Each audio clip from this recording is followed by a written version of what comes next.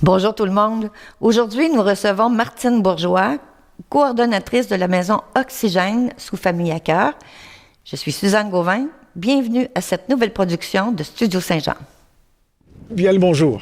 Ce que vous regardez en ce moment, c'est Studio Saint-Jean, ce que j'appelle depuis un peu plus de 3 ans la chaîne télé de votre député au service de la communauté. Eh oui, dit simplement, c'est une autre télévision communautaire sur le web. Vous pouvez d'ailleurs nous écrire à studio-saint-jean.tv pour nous recommander des invités ou des sujets. Vous pouvez d'ailleurs participer en vous joignant à l'équipe d'animation. Bref, Studio Saint-Jean, c'est là, pour la communauté, par le député, à votre service.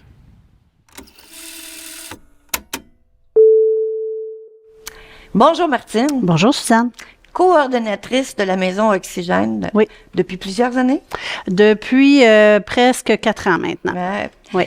Puis quel genre de parcours as-tu fait pour te rendre à ce beau poste? Ben, j'ai un bac en criminologie. J'ai travaillé 23 ans auprès des femmes en difficulté. Et j'avais besoin d'une pause à un moment donné et j'ai bifurqué vers la rive sud parce que je travaillais à Montréal et je suis venue travailler à Famille à cœur au Courrier Plume. J'ai fait mon entrée par le Courrier Plume que j'ai adoré, mais à un moment donné, je m'ennuyais de l'intervention et il y a un poste pour la coordination de la maison Oxygène, donc travailler avec les pères, ce qui était nouveau quand même pour moi. Donc, j'ai eu le poste et je suis là depuis presque 4 ans maintenant. C'est fantastique. Puis, ton parcours, c'est sûr que là, tu pars de quand même un bac en criminologie pour te rendre dans un milieu de transition pour papa. Oui. En fait, dans la dernière année de criminologie, on a le choix de travailler soit avec les délinquants, criminels délinquants, ou d'aller vers la victimologie. Moi, j'ai choisi d'aller vers les victimes. Alors, ce qui m'a amené à travailler en maison d'hébergement et de là... de fil en aiguille. Oui, de fil en aiguille, je suis arrivée avec une maison d'hébergement pour les pères. Donc, c'est un hébergement temporaire pour les pères et leurs enfants, ce qui est quand même assez rare, je dirais même presque, on est les seuls.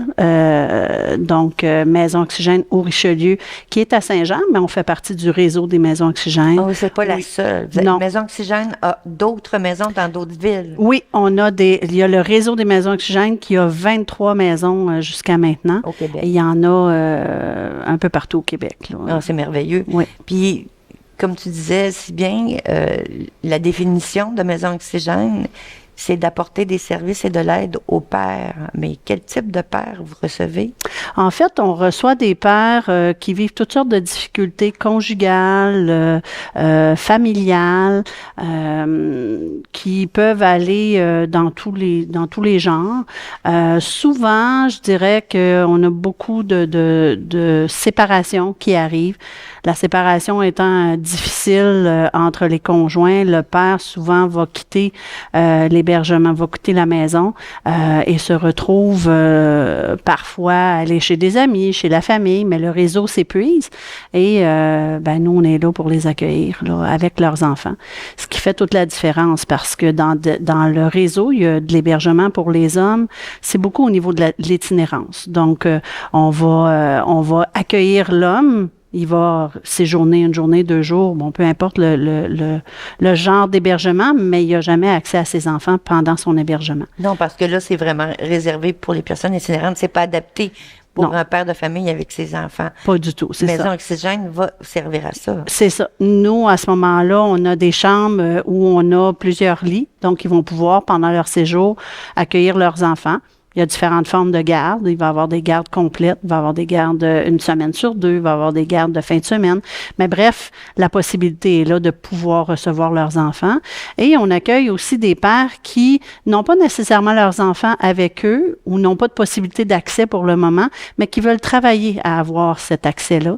Donc, on va mettre en place des choses avec eux pour arriver à cet objectif-là. Là, c'est comme ça que vous offrez des services ou des activités pour les pères, pour les initier à être sensibilisés à certaines responsabilités qui les attendent en tant que père monoparental. Oui, en fait, nous, on a de l'hébergement et dans l'hébergement, on a des intervenants qui travaillent à cet hébergement-là pour justement aider les pères à trouver des nouveaux outils ou en fait à se réorganiser pour un départ éventuel. Donc, on va travailler avec un plan de séjour, avec des objectifs à atteindre. Alors, tout ça va être bien cadré et les pères, au bout de 3, 4, 5 mois, 6 mois, ça dépend toujours de chacun. On veut pas évaluer dans le temps un temps précis. Ce qu'on se dit, c'est qu'on est temporaire, donc ça ira pas jusqu'à 1 an, mais on veut vraiment aller au rythme de la personne qui est devant nous. Donc, on va travailler avec lui à créer des nouveaux outils ou à trouver des nouvelles solutions pour mettre en place des choses. Un exemple que j'ai vu passer sur Facebook, un papa qui remerciait d'avoir suivi les ateliers pour apprendre à l'alimentation et la discipline. Oui, on offre des services internes que je viens de parler, l'hébergement, mais on offre aussi les services externes. Dans les services externes, en fait, on a des ateliers, on a des activités, on a des services de relations d'aide aussi. Donc, des fois, on n'a pas besoin d'être hébergé, on a tout ce qu'il faut de ce côté-là, mais par contre, au niveau clinique, on a peut-être besoin de rencontrer quelqu'un, de voir un petit peu, d'établir un plan, de voir un peu à travailler des choses sur nous-mêmes ou dans notre environnement pour aller mieux.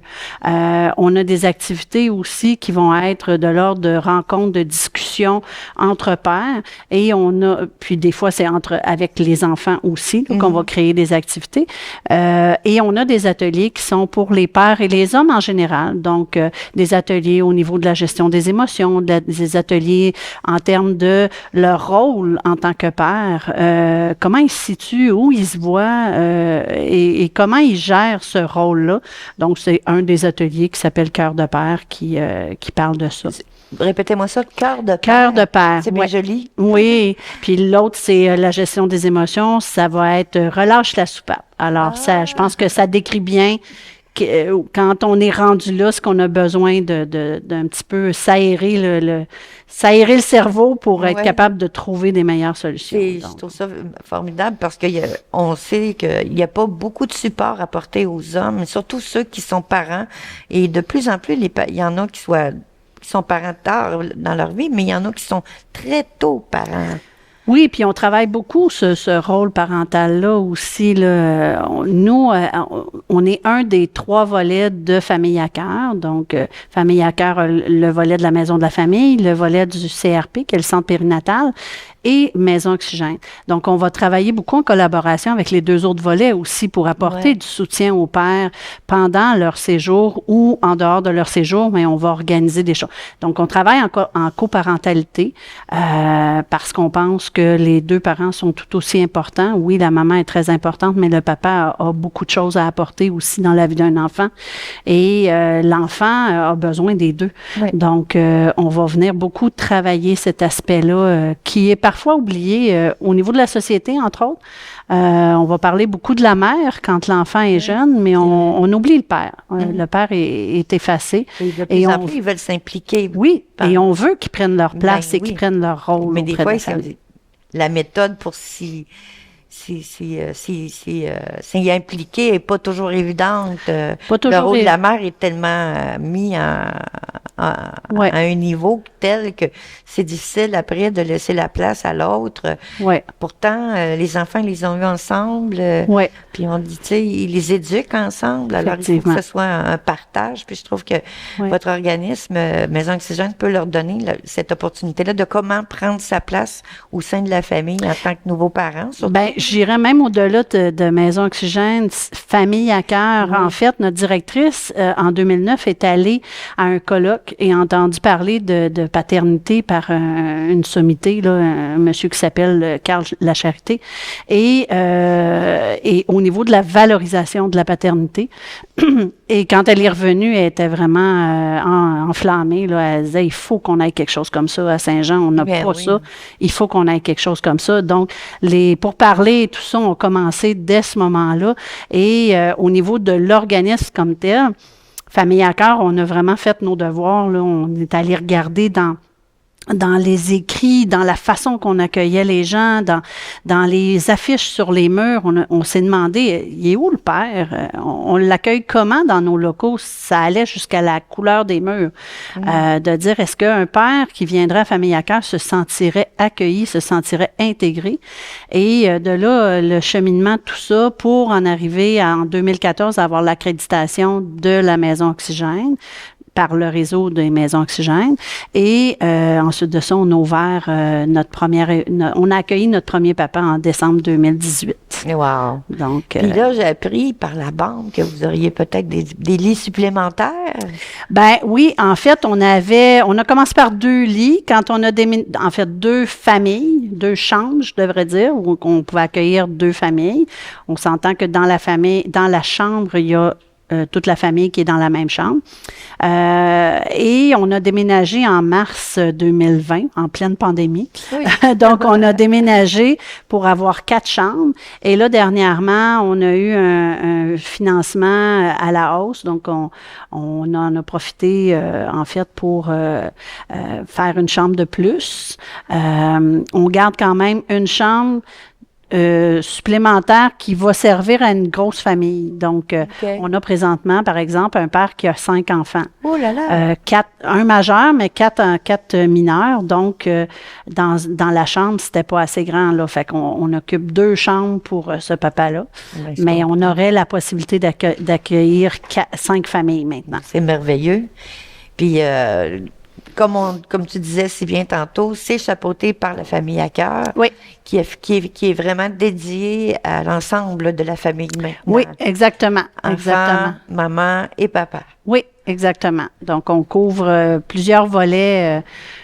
Tous les membres de la famille, en fait, là, sont invités. Et si les gens sont intéressés à vous rejoindre, ils peuvent vous appeler directement ou ils appellent la famille à cœur? Ou... Ben, les deux possibilités sont là. C'est-à-dire que si un père a besoin d'aide, a besoin de parler, a besoin d'un hébergement ou d'avoir de l'information sur nos services, naturellement, c'est sûr qu'il y a les réseaux sociaux, donc Facebook, le site Internet de Maison Oxygène qui est là, mais il peut nous rejoindre directement par téléphone au 450-529-0118 et parler directement à un intervenant. Si l'intervenant n'est pas disponible, on rappelle là, automatiquement. Okay. Et par la voie de Famille à cœur, ça nous est transmis aussi. Donc, si quelqu'un passe à Famille à cœur ou a les coordonnées de Famille à cœur, téléphone, automatiquement, quand ce sont des hommes, ils nous transfèrent l'appel. Donc, on va pouvoir répondre aux papas. Mais ce que je comprends, c'est tellement particulier comme maison que c'est sûr que vous n'avez pas les services de bénévoles et tout. C'est vraiment un réseau exclusif aux services. On les a pas encore en ce moment, ce qui est pas dit qu'on pourrait pas avoir des bénévoles pour faire justement, on veut créer du mouvement dans la maison, on veut créer, c'est un mode de vie, hein, c'est un milieu de vie, c'est-à-dire. Donc, dans le milieu de vie, ben on veut qu'il y ait de la vie. Okay. Alors, on veut créer des activités. Alors, ça pourrait être des bénévoles. Je dis n'importe quoi, mais ça pourrait être de la cuisine collective, ça pourrait être des choses qui pourraient se faire, qui pourraient s'organiser. Pour le moment, on n'a pas ça, mais c'est à venir. Mais c'est à venir. Définitivement, c'est ce qu'on veut créer. C'est vrai que créer, mettons, une cuisine collective, ça apprend tout le monde à s'intégrer, puis peut-être même perpétuer ce mouvement-là de cuisine collective à l'extérieur quand le papa est installé avec sa petite famille et d'autres papas. C'est ça. Sait-on jamais. Oui, on sait jamais. Ben merci Martine, ça a été un plaisir de te recevoir. Puis je trouve que le projet Maison Oxygène apporte quand même une lueur d'espoir aux jeunes papas et aux papas en difficulté, qui peuvent recevoir avec vous des belles possibilités d'ouverture puis de résolution. Oui, puis comme on n'est pas les seules maisons Oxygène au Québec, ben parfois aussi on peut, si nous on peut pas l'accueillir, c'est sûr qu'on va donner des ressources référées dans d'autres maisons peut-être aussi. On travaille, il y a une belle collaboration là de la part des autres maisons. C'est sûr que la personne qui s'adresse à vous n'est pas laissée pour compte. Vous allez l'aider le mieux possible. Oui. Au meilleur de vos connaissances. Absolument. Mais c'est merveilleux. Ben merci Martine. Ben merci Suzanne. C'était un plaisir. Bonne fin de journée. À toi aussi. Ben, c'était la belle rencontre avec Martine Bourgeois de la Maison Oxygène chapeautée par Famille à cœur. C'est Suzanne Gauvin du Studio Saint-Jean.